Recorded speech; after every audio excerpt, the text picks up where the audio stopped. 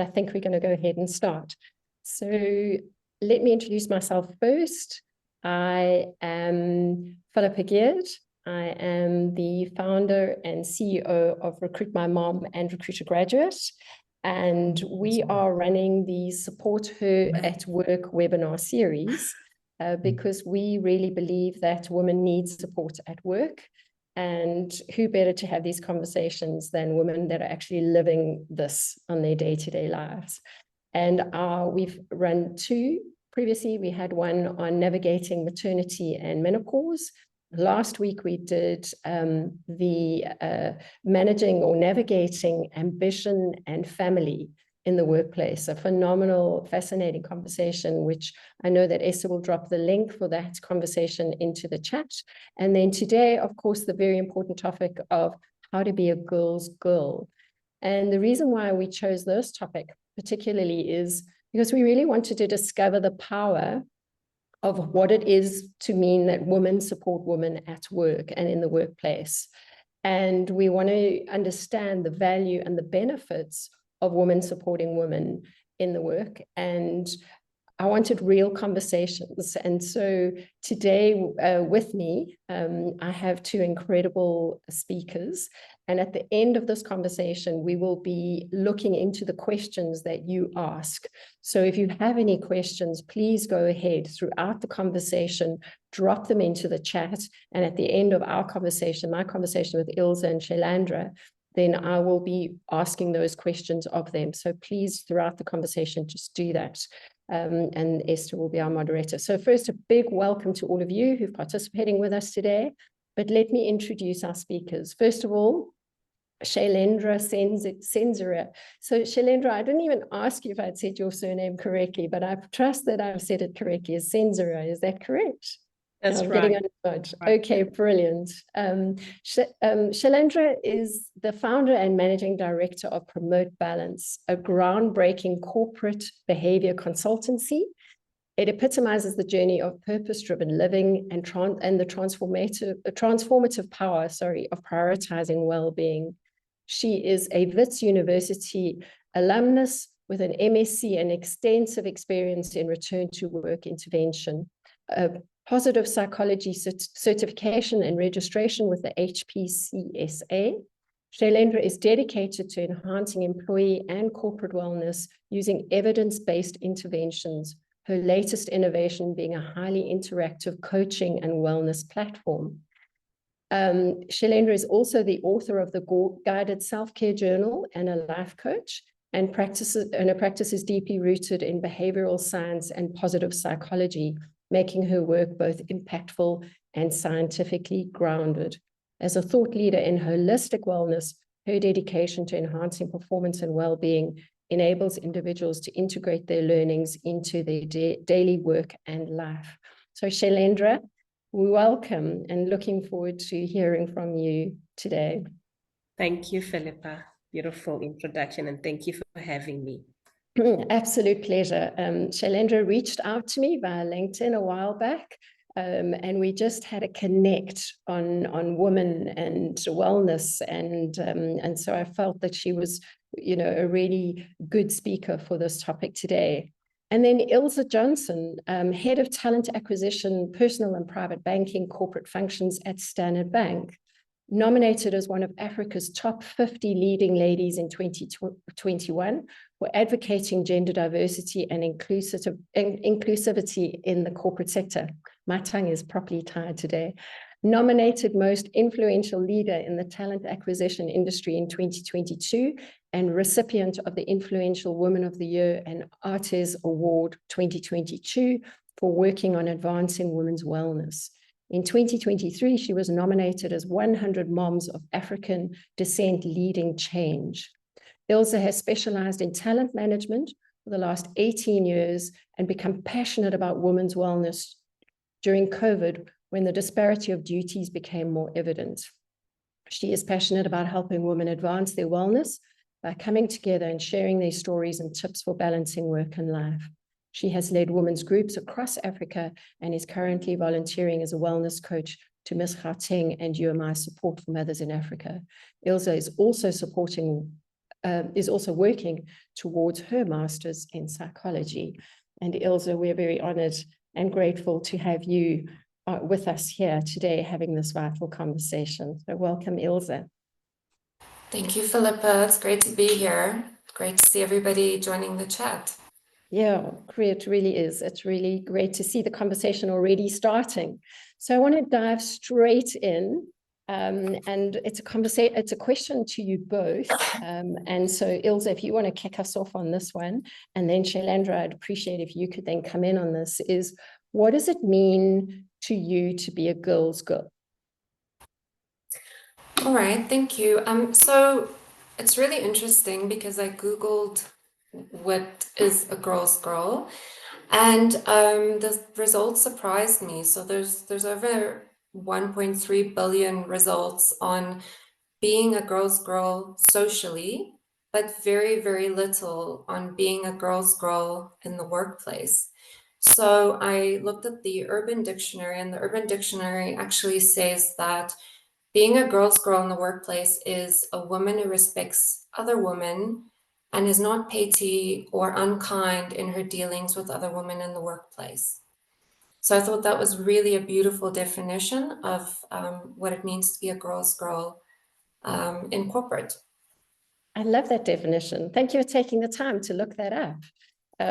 Just a little fun fact about where I came up with this theme of being a girl's girl is that I have an 18-year-old daughter, and she uses it a lot in terms of sharing the sites where she buys her jewelry with other girls when girls compliment her. And I think that was, that's why we came up with it. So, but I didn't know the Urban Dictionary, definition of that. So thank you, Ilze. Shailendra, what does it mean for you? Yeah, very interesting from both of you to say the key thing is, not being selfish about what you know as a woman.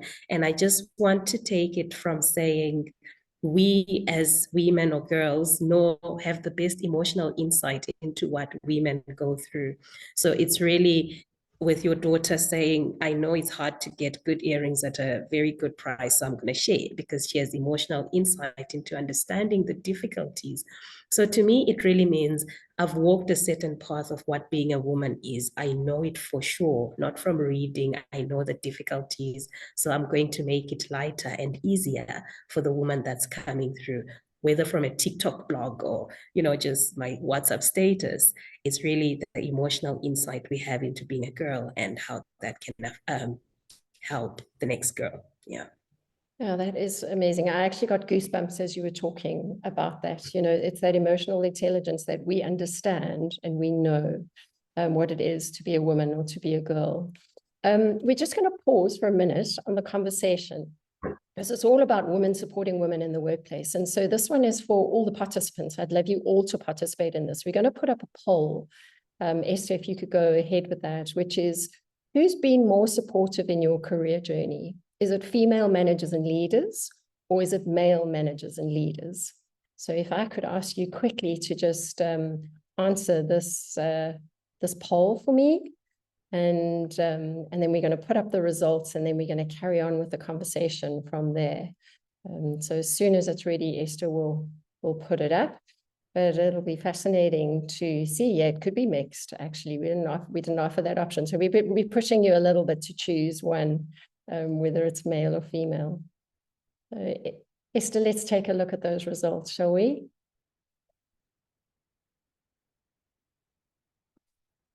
%53% male and 47% female. Okay, so it's quite an even split, which is really great to see.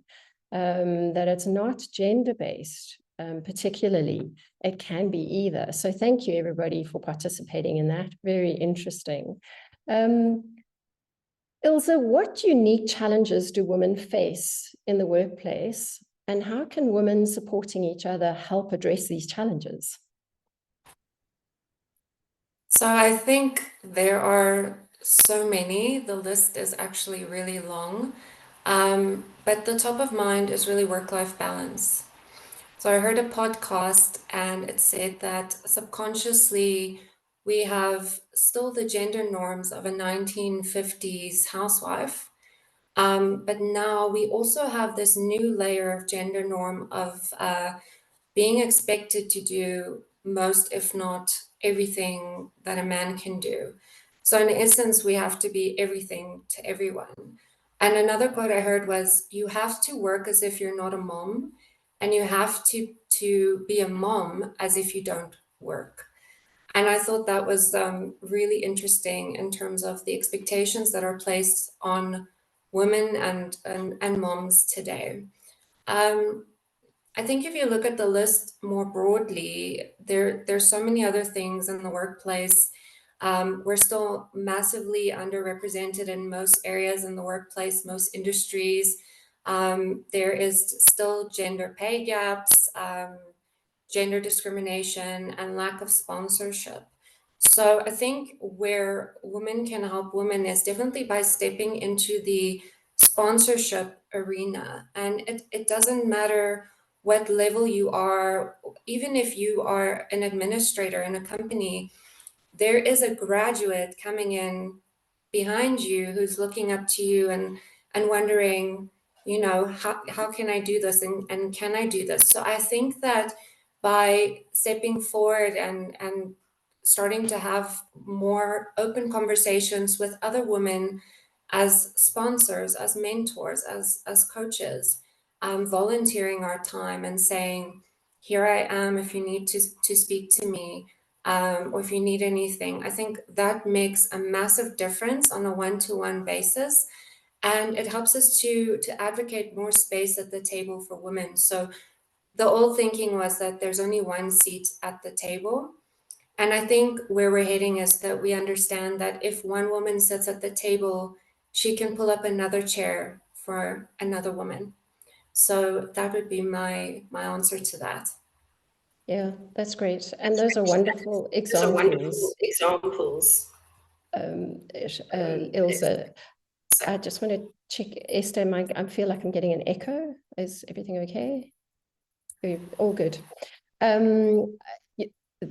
so true. And I'm going to pull out a piece that you said, which is that a woman can pull up a chair for another woman at the table, and people are always looking up. And I remember when I started out my career in corporate, as I looked up, and I didn't necessarily want to be what I saw in terms of females at the higher levels. You know, that wasn't really what I wanted to do. And so, you know, how does one pitch up in one's real self at work and then be able to demonstrate that to other women, I think is really important. Shailendra, can you share a personal experience where the support of a female colleague or manager made a significant difference or impact to your career? Yeah, thank you. And I know your vote is your secret, but I voted women on the poll. So I'm very happy to say that being I started as a clinician, a therapist, so it's female dominated. So if I had horrible female bosses, then I would have really, really struggled. So I'm very fortunate to have had very supportive women that pulled up a chair for me in several and various sports. So a personal experience I would like to share is I worked in hospitals for most of my career, maybe up to 12 years, before I then transitioned into corporate. And that move into corporate was a culture shock. For me to even dress with a jacket like this, I didn't own any to know that you do this. I knew scrubs. So I have a very good mentor up to now. She has started a financial services business, and she's a successful entrepreneur. And she has showed me the ropes. She has told me that this is not how you speak about this. This is how you view things from a business perspective. It helps that she's also a financially trained person. And coming from clinical work, I'm supposed to see things from the lens of the patient. But now I have to stand and say, our business needs more. I have to stand and say, can we come into a big corporate like Standard Bank? How do I partner with RecruitMyMom to also get, you know, the talent that we need? You would always feel small. Well, I felt small, but she taught me how to stand for the business, look at things from the lens of the business, and not the survivor or the victim, which a patient would be. So she has been an amazing mentor for me from business to business and giving me the voice that I deserve to speak up within corporate. Yeah. Yeah, and that giving someone a voice to speak up is essential in being a girl's girl at work. You know, just noting and allowing them to have a voice, but also encouraging them to have a voice. So I think that's a wonderful example. Thanks, Shailendra. And then, you know, for the both of you, do you have examples of where a negative colleague or manager influenced you or impacted you, maybe in the way you lead or the way you show up at work? You know, do you have any of those examples? And for our participants, you know, if you want to put into the chat, you know, some of your positive experiences or your negative experiences, you know, well, what has this done for you in terms of how, just so we can understand the negative impact that somebody can have on one when the one is leading. Go ahead. Shailendra, do you want to take this one first? Oh, cool, thank you. I'll take it.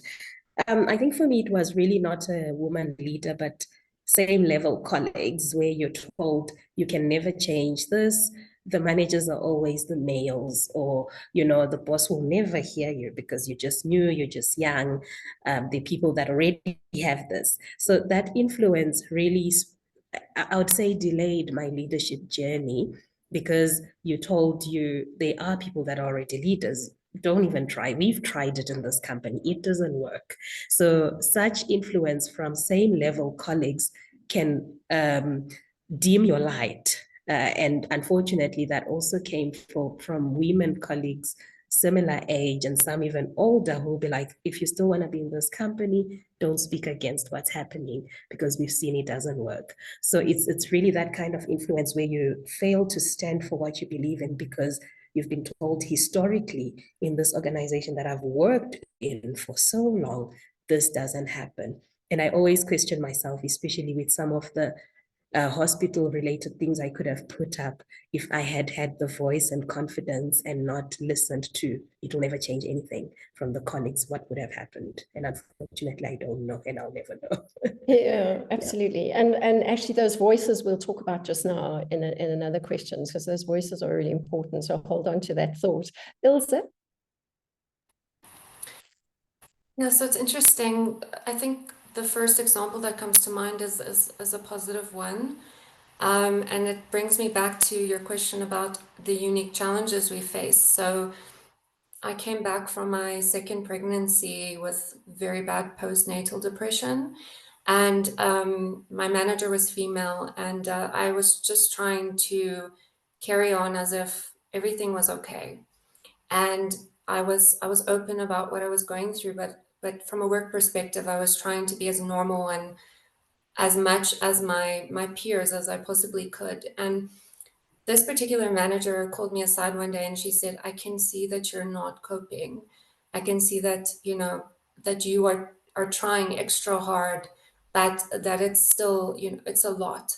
And I recommend that you take a bit of extra time off just to get through this. And I cannot explain to you how supported I felt, because number one, I felt seen as a woman in the workplace, and as a mom that just went through something completely natural that wasn't, you know, it wasn't my fault. And also being recognized for trying, but that, you know, I was struggling, and I did take time off, and I came back, and I was so committed to this organization to make things work, and to this manager. And till this day, I believe that she was the best manager I ever had, because she saw me. And she saw me as more than just an employee. So it's not a negative example. I think there are many where we felt not seen by our managers, and we felt we're trying so hard, and you're swimming upstream, and you have, you know, work and life is so integrated that whatever's happening in your personal life has to be left at the door, but it's not always possible. So I think for me, and as a woman, when I see other women are, you know, not coping, or they look different or show up different, I do go to them and say, are you okay? Or send them a message and say, are you all right? You know, send them some flowers, just to check in on them, And often it's, oh, my child is sick, or, whatever it may be for them, just to know, oh, I was seen today. I think that makes a really big difference in the workplace. Yeah, I think I agree with you. I think that that ability to be seen is what everybody, at the end of the day seeks. And sometimes we're our own worst enemies, aren't we, Ilze? Because we put up such a brave face, and we pretend like actually everything's okay. But actually the reality is that stuff is not always okay. And sometimes one needs to reach out as well to others. I've heard it said that women punish women for being women. And in all my webinars so far that we've hosted, I talk about the 4 M's, the menstruation, maternity, motherhood, menopause. As you said, Ilze, completely natural processes that we as women go through, and not our fault, and a privilege that we have. We go through these things. Not so sure that menopause is a privilege, but we'll park that one for a minute. But is it true, or is there a societal norm of accepting that men can be tough at work, but not women, that strong men are leaders and strong women are aggressive? And maybe, Ilze, you want to take that one? Yeah, I think that's a really interesting one. And with these types of questions, I always like to go to research. And I love Sheryl Sandberg, who started the Lean In philosophy for women, and, bringing more women into the technical industries and helping us along the way. And she referenced some research where she said success and likability are positively correlated for men and negatively for women. And what that means is when a man is successful, he's more likable by both men and women. And when a woman is successful, people of both genders tend to like her less. So that's something that came up in research, and it's quite interesting, isn't it? Because I guess the question is why? Why is that the case? So I think we're naturally gifted as women with a very strong focus on relationships, and often at the expense of success. And I think it's important to sometimes be okay with not being liked. And depending on where you are and your particular point in your career, you have to decide, am I prioritizing relationship over career? Am I prioritizing career over relationship at this point in time? So yeah, that's my response to that question. Yeah, that's great. That's very good. When we did a poll on our last webinar, which was about ambition and family, we asked a poll as to, of the 5 areas that one can focus on, family, friends, spiritual, work, and health, which one do you prioritize most and which one do you prioritize least? And interestingly, the poll showed that as women, our friendships take the hardest knock, from when we're trying to balance work and everything else. So that is a really interesting insight. Thank you for sharing that. Shailendra, your thoughts on this question? Oh, yes, thank you. I would like to just add on that Daniel Goleman, one of the biggest emotional intelligence writers, speaks about adaptability being one of the core emotional intelligence skills. And I always like tying that to the privilege of the 4 M's that you spoke about. I still want to engage on menopause and really hear more about that. But as women, we have learned to be adaptable so much over the changes that happen to us hormonally, which then affect how we feel, how we look, how we speak, the level of drive that we have. So I must say it definitely is a social norm that has been disadvantagingly been made to be women to be emotional and women to be I think you said to be more aggressive, Yeah. Yes, but the point is we are just trying to adapt through all these changes. And I must say we have become emotionally intelligent human beings as women because we are forced biologically to adapt at every single time. So I would say we need to dispel that norm and obviously hone on to what Ilze said, that maybe let's hold on to the success and leave the likability for a moment, because we can't change stats. We can't change what people feel, but we can manipulate it to our advantage the same way we have with all the 4 M's that we go through. Yeah, absolutely. Valuable insights. Ilze, how do you navigate competition and rivalry in the workplace while maintaining a supportive and collaborative environment? Is it possible?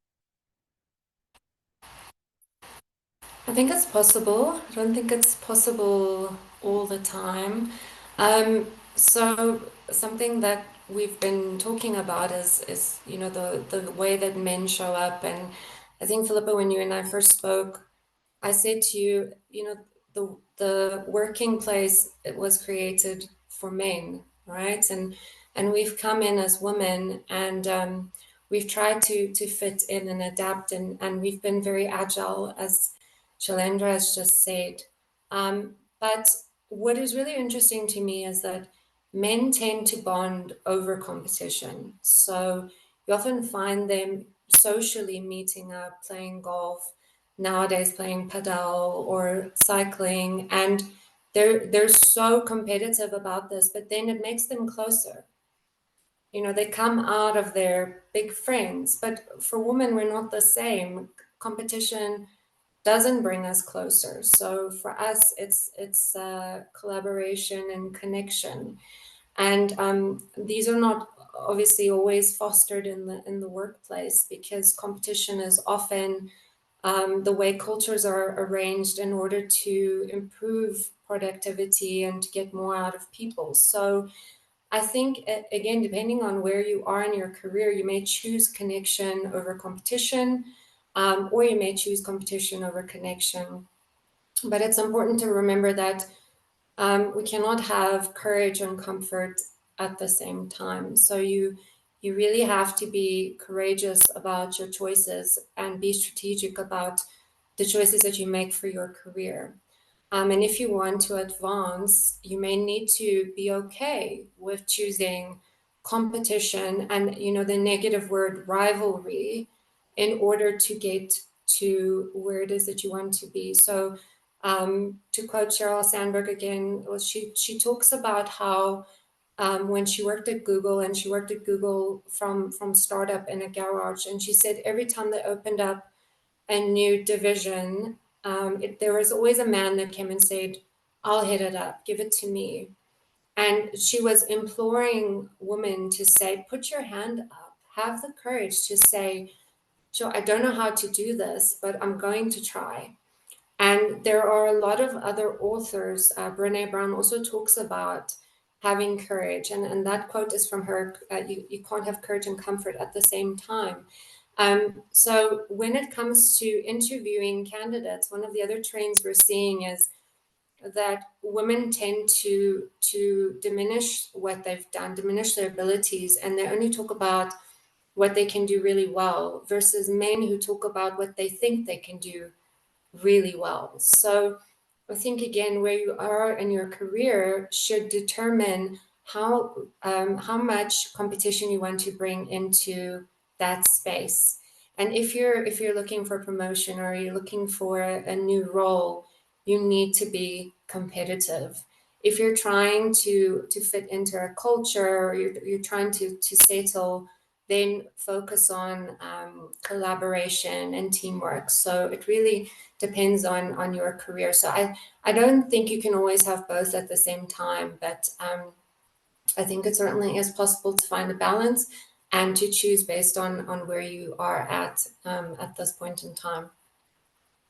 Yeah, and it's something we spoke about in one of our previous webinars, is seasons.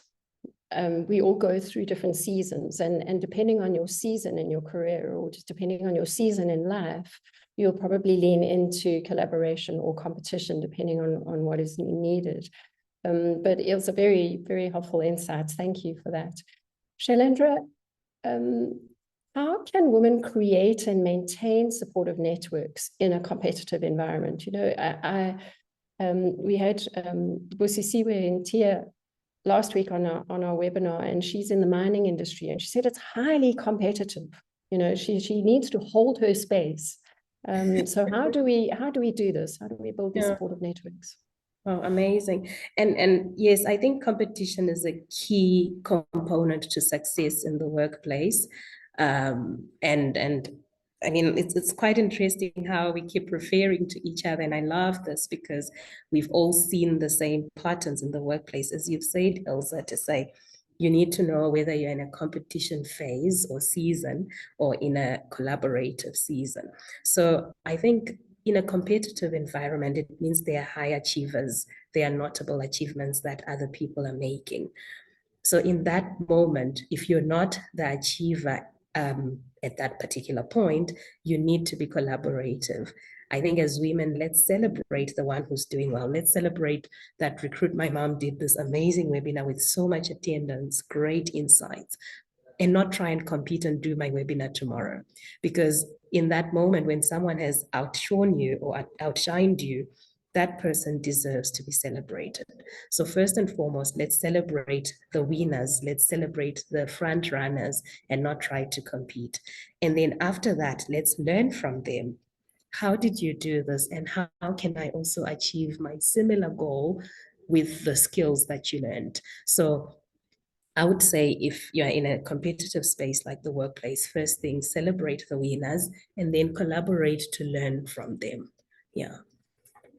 Yeah, I like that. That collaboration and celebration is absolutely key to building a sustainable network. You know, that's what I've learned in business, having started Recruit My Mom, and you know, in the network is there's so many women that will come around and support, but I can equally call on people like the two of you who put your hands up and said, yes, absolutely, I'll do this webinar. You know, it's wonderful. I mean, the collaboration that comes when we stand together is amazing, and what we can achieve. Ilze, what strategies do you use to build strong relationships with other women in your industry? So, I specifically have a quote from Brene Brown that I think is really relevant to this question. And she says that daring greatly means the courage to be vulnerable. It means to show up and be seen, to ask for what you need, to talk about how you're feeling, and to have hard conversations. And that sort of vulnerability leads to creating space for others.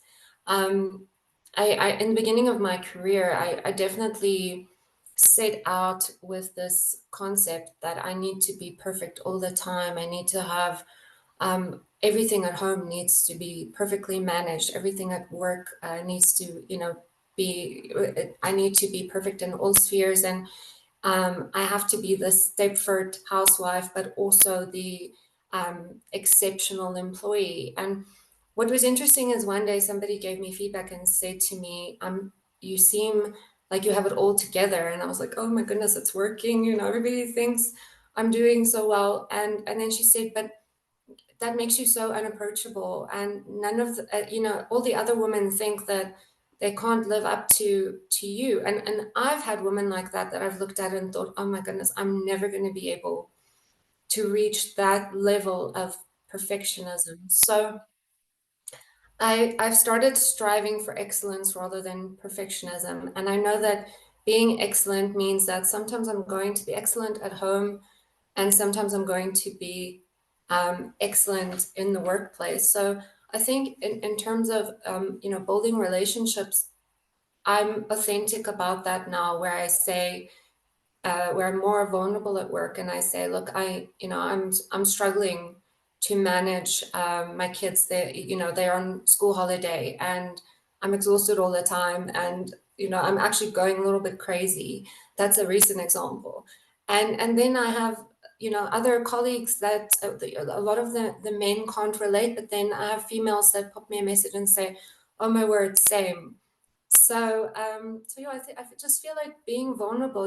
I've mentioned I've had postnatal depression, and there are lots of other things that I've gone through. We've talked about menopause, and these are topics that women in the past never spoke about, and they're suffering on the inside, but they're walking around trying to look like they have it all together. And I think just having these types of conversations like we are today gives a voice to everybody, and it builds that relationship. It lets everybody know you are someone I can speak to, you're someone I can relate to, and I'm not alone. So yeah, that's what I think.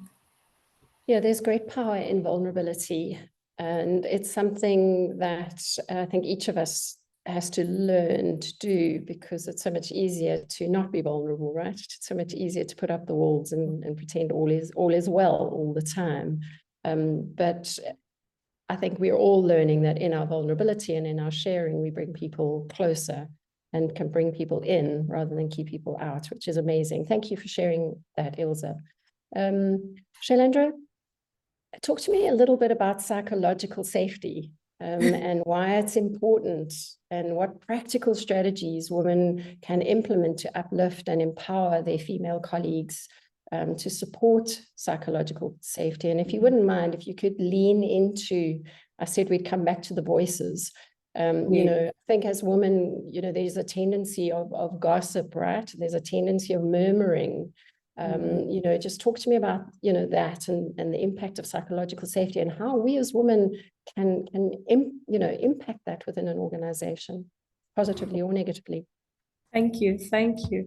I must start by I wanted to read something about psychological safety quickly, which is a concept that refers to an environment where individuals feel safe to take interpersonal risks, such as expressing their thoughts, asking questions, admitting mistakes, or offering new ideas without fear of negative consequences like punishment, ridicule, or marginalization. So that basically is what psychological safety is about. And you're very right to say the biggest killer of psychological safety in the workplace are the voices. What is the nature of the voices that we hear, and what happens to those voices? So I'll give you an example to say, if I witness something that is not right happening in the workplace, I question myself whether I should bring it up or not, because I don't know what's going to happen to the voice that I use, the marginalization, the punishment, you know, then she's not ready for a promotion because, you know, she doesn't understand that in business we sometimes have to inflate the share price, you know, because she doesn't get it. You know, women are scared. She doesn't take risks. So an environment that promotes psychological safety is an environment where you are led to speak through what you think, and then you get the criticism clean from the board and hear it there and take it on. One of my colleagues said this one time, they were in a meeting and he was facilitating, he's a coach and industrial psychologist who was facilitating a leadership team. And two leaders were about to fight in the meeting. They're like, no, it was a sales guy and a production guy. You're too slow. And then production's like, but you don't understand the timelines. They fight. So he said he called for a break in the meeting. He said, no, let's take a break. It's becoming heated. Then people went out, and outside the guys were talking, oh, so when are we doing the next braai, etc., etc. And then come back to the office, and then they continued on the talk about sales and production. They were fighting again. And he's like, okay, so I just didn't achieve anything. But he always references to this as being the safest space he's seen the workplace become, where we can disagree on, you know, fundamental ideas that have to do with what we need to achieve, and still be friends outside. So we can disagree on the color of my hair, especially with makeup. We can disagree on the length of my skirt, but when it comes to work, we should still, you know, agree or disagree with the credit and merit without being gossipy, without pulling down the next person. So I must say, we have the privilege and promote balance to talk about psychological safety a lot. And one thing I want to talk about quickly, I know our time is running out, but it's the recognition. If you recognize another person, you've created a psychologically safe environment, because normally it's the cleaner who's seen the company grow for 20 years, but we do not recognize her by just asking, what do you think about the color we are painting the boardroom? What do you think about where we are placing the table in the boardroom? So yeah, to that, thank you, Phillipa, for recognizing women and recognizing myself as well to be part of the podium. It's a complex, space, and I'll put it in the chat if you want to read more. There is a Canadian standard that is amazing that we follow. It's actually the leading in the world around psychological safety. Yeah. Yeah, I think it could be a topic all on its own, Shailendra. So maybe that's a 2.0 on this. So yeah, very, very interesting and fascinating. Ilze, just kind of stepping from the psychological safety into advice for people who are looking to join organizations is, what do you look for in a culture that supports women? You're on the outside, you're looking to join an organization. What are the cues that one might look for? I think that's a really good question. So it's difficult to gauge psychological safety from the outside.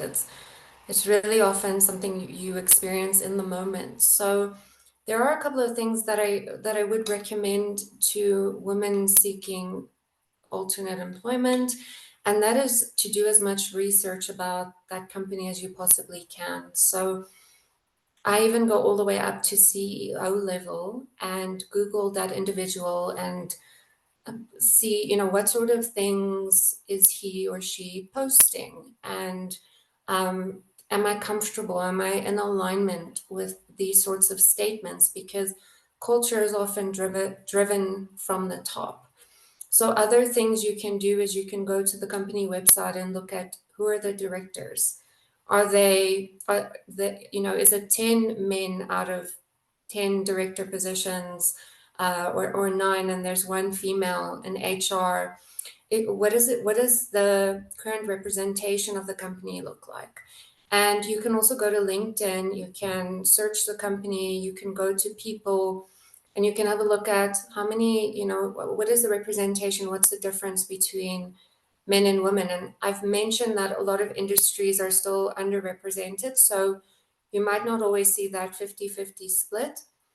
But if it really is very male dominated, I think just really do your research in terms of what are the men saying in that company, and what sort of posts are they putting out there about their organization? What sort of articles are they showing up in? And is that in alignment with, my personal values and where I think that I would belong or feel a sense of belonging?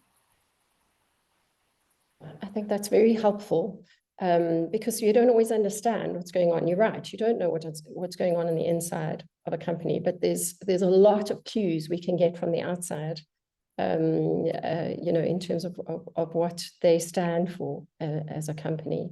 And Shailendra, just a quick one before we move to our final question, because we've got some lovely questions coming in, is what advice would you give to women who want to start influencing the culture by building stronger connections with their female colleagues, but don't even know where to start? Great question. I would say we need to define what the connections are. I think we briefly spoke the last time we connected that so often women are looking for the wrong connection in the wrong person. So it's important to define, what am I looking for? Am I looking for a mentor? Am I looking for a sponsor? Or am I looking for a friend? Because if you're looking for a friend, you're looking at personal interests, personal values. If you're looking for a coach, you're looking for a person that has a different viewpoint, different industry completely. Mentor, someone who's walked the path, preferably in the company. Different departments, yes, but in the company, because they give you more. So the advice I would give is, first of all, define what is the support you're looking for, and define if you're looking for it in a counselor or in a friend. Often we struggle when we try and make people who are meant to be our mentors and managers our friends. And that's where the struggle happens. So define the relationship you want, and then see how correctly you can connect and ask for the correct thing from the person you're connecting with. Yeah, I think that's a very freeing way of seeing relationships, because I think as women, sometimes we want to befriend everybody. And actually, that's not really going to work. One needs to identify what type of connection one wants and why one wants that connection. So I really like the way you've defined that. I want to just ask a final question, Ilze, if you'd start us off with this one, is why is this topic so important? Like, how does creating supportive environments for women positively impact the results of the business at the end of the day? You know, why does this even matter for HR managers or leaders or business leaders or employees? If you could talk about both business impact and individual impact. Sure. I'll start with individual impact, which I think is relevant to all of us. To quote one of my favorite authors, again, Brené Brown, she says, fitting in is the opposite of belonging. And belonging is that feeling of, you know, I can bring my whole self. I can be myself authentically. And I think this is a really important quote because sometimes we try so hard to fit in versus being who we are and bringing our unique talents and gifts to the table. And I think that is really sad. And that's one of the biggest reasons why I got into women's wellness and how we can really foster the sense of authenticity. Because when we are authentic and we have this sense of belonging, that is the birthplace, as Brené Brown calls it, of innovation and creativity and change, which then leads to greater emotional well-being for us, as well as the business impact. And studies show that from a business perspective, when we are authentic, when we bring this sense of creativity and innovation that can only spring from a place of, you know, really feeling tapped into the organization, really feeling like there is a sense of belonging, then there is up to times 3 of revenue based on this fostering of diversity. And during, it was just before COVID, global organizations started getting this, receiving this research and saying, okay, we need to tap into this. We need to tap into diversity. And they saw that there is a benefit to having more diversity of thought in the workplace. And I think that now is the time for us to step into this space, and all the women who have laid the ground for us in the past. This is our time now to step into our authenticity and to bring that part of ourselves that is unique to the boardroom table, as we call it, because it does have an impact on the organization. But more importantly, when you do bring that little magic that is you to the table or to the workplace, the feeling of emotional well-being, of satisfaction, of job satisfaction overall is so much higher. And you know, we spend such a long day at work that this is really, really critical, because if you're not happy at work, it plays a role in how you show up in your relationships. We spoke about friendship suffering, but I know that when I've been unhappy, it's showed up in the way that I'm with my children. And I really do want to bring my best self to work, to being a mom, to my friendships and my partner and all of those different aspects of my life. And that is why this is so key. So thank you for facilitating this conversation, because creates a, you know, a better world for all of us, personally and professionally. Oh, thank you, Ilze.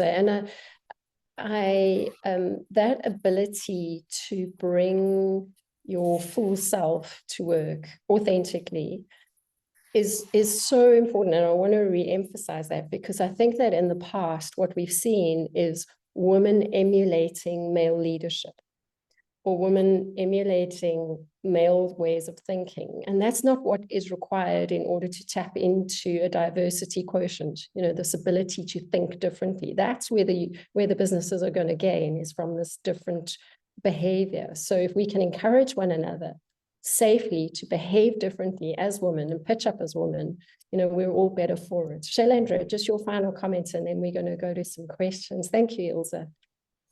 Yes, sure. Thank you. I just want to reiterate a phenomenon that's already known in the industry.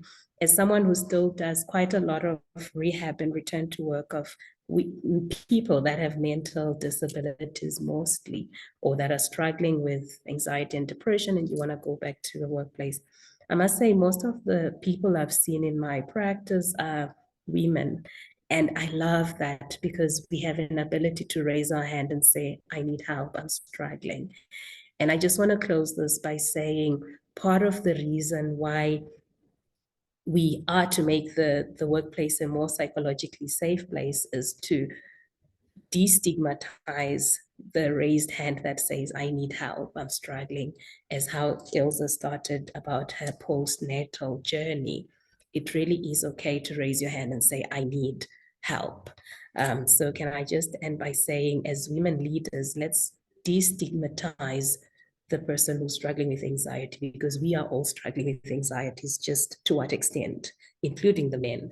So let's be the people that encourage to raise and say, I'm struggling. So yeah, through Recruit My Mom, of course, if you are struggling, I would love to talk to you, and let's just, have a way of bringing you back to the best that you can be.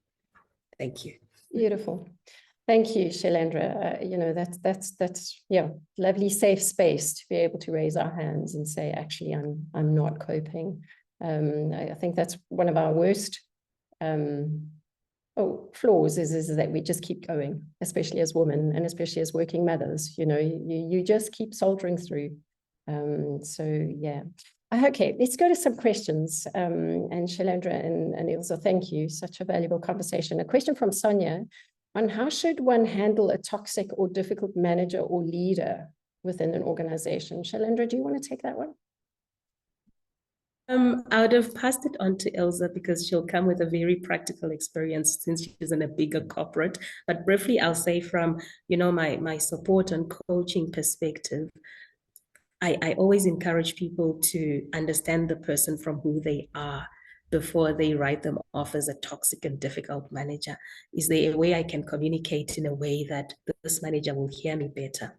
One lady gave an example of the manager being a chartered accountant, and she said in a performance review, she went with a presentation with numbers and materiality.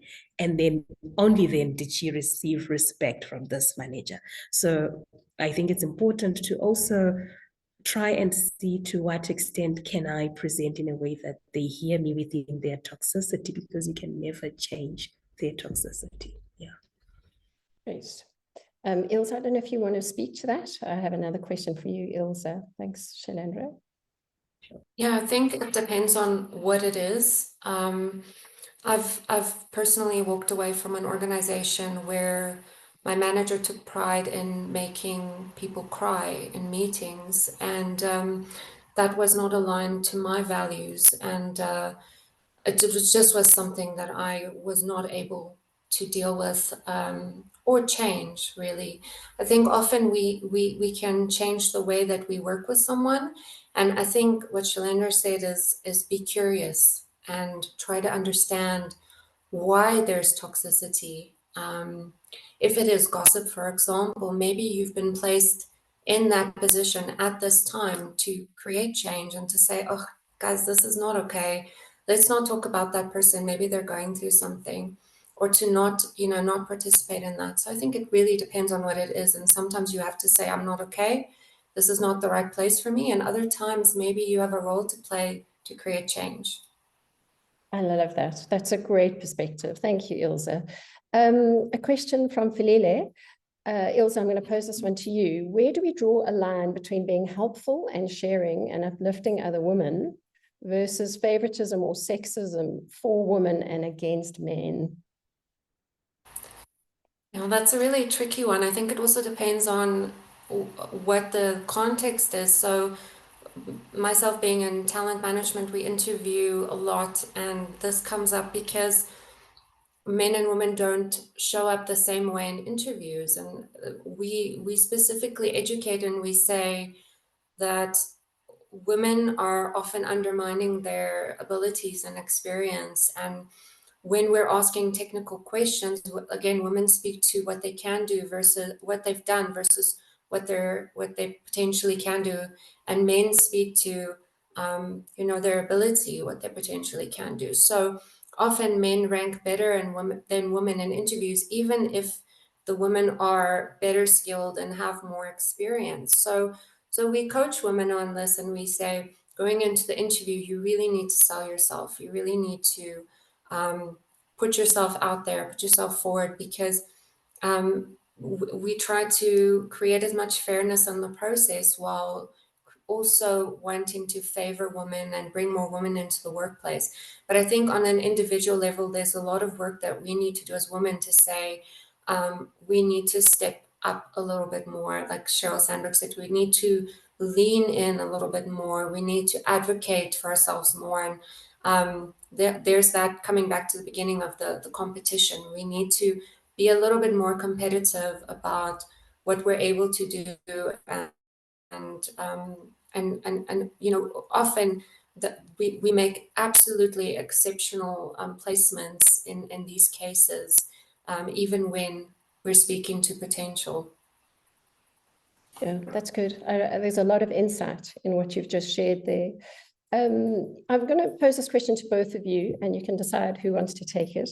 It's from Tasman, and it says, how do you navigate being a working mom and your line manager isn't? And I don't, there's no further context to this, but I would assume it's that there isn't much understanding from the line manager who is managing somebody who is a mom. I'm not sure which of the two of you would like to take that question. Sure, I'm dumbstruck because I think I'll take it differently to say, as a working mom who's an entrepreneur, and I have to service clients that are expecting this business with so many arms. So if Shailendra can't be there, of course, there is an Ilze who's part of the department who should take over. And there really isn't that. So lately, my daughter's been having dental issues that I needed to address. And so I said to one of my client business owners, I was like, I really cannot do this week because I'm dealing with this. And he said, surely there's someone else who can handle that, because obviously the business comes first. So I think there is quite a lot of lack of empathy that happens. And that's when you then decide who is your biggest priority at the moment. I'm privileged that I can say, you know what, we can't work with you.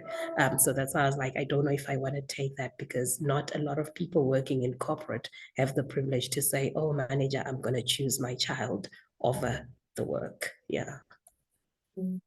Yeah, I think that's very true. I think the question also, I'm thinking more broadly, is it's really any man also that you may report into doesn't know what it's like to be a mom either. So it's a bigger challenge. I think what I would come back to is one of my earlier responses, where you need to be vulnerable and you need to just say, this is what's happening at work, this is at home, this is what I need to deal with, and to make your manager aware, because we also don't know what we don't know.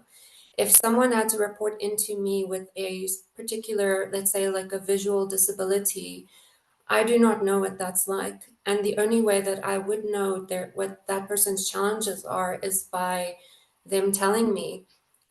Again, with Lean In, there's an example that's beautiful with Google, where they had no maternity parking until Sheryl Sandberg herself became pregnant. And she was like, why do we not have maternity parking? I'm always late because I'm pregnant and it takes me longer to get ready. And then I have to park all the way, at the other end of the parking lot, and stumble with my swollen feet late into meetings. And she insisted on maternity parking at the front of the building. And she said, oh my word, I'm a woman and I did not know. And so I think, you don't know what you don't know. And people who don't have children have no idea how challenging it is. So unfortunately, the only thing you can do is to be vulnerable and to say, look, I have a sick child and I was up the entire night and I really need a family responsibility day because I will not be productive today because of, looking after my child. And your manager will take it one of two ways. We know how that conversation could play out. But I think the more vulnerable you are and the more you talk about the things that you have to do, or even the things you sacrifice as a mother, the sports games that you don't attend to be in meetings, for example, the more it makes the person that you're reporting into aware of your particular situation. Yeah. And I think that the insights that you've shared around communication again and seeing something from another person's perspective is absolutely key. And I think that's come through quite a lot in our conversation with you both is, we have our own perspectives, but we need to also start to have a look at things from other people's perspectives and then communicate more openly. We have come to the end of our time. I recognize we didn't get to everybody's questions, so I apologize for that. I don't want to keep people on beyond the time that we've allocated. But I want to say an enormous thank you to Ilze and Shailendra for having this very real, honest conversation with us today on being a girl's girl and how to be a girl's girl. And I want to encourage each of you. Each of us has a space that we're holding in the workplace. Is go and be supportive in your environment. And if you're not feeling supported, then communicate and see how you can begin to change things from within. To Ilze, Shailendra, I really thank you. Thank you for sharing your heart. Thank you for sharing your vulnerability. And I know Esther will have shared your contact details on LinkedIn on the chat. So please get in contact with Shailendra, get in contact, with Ilze. And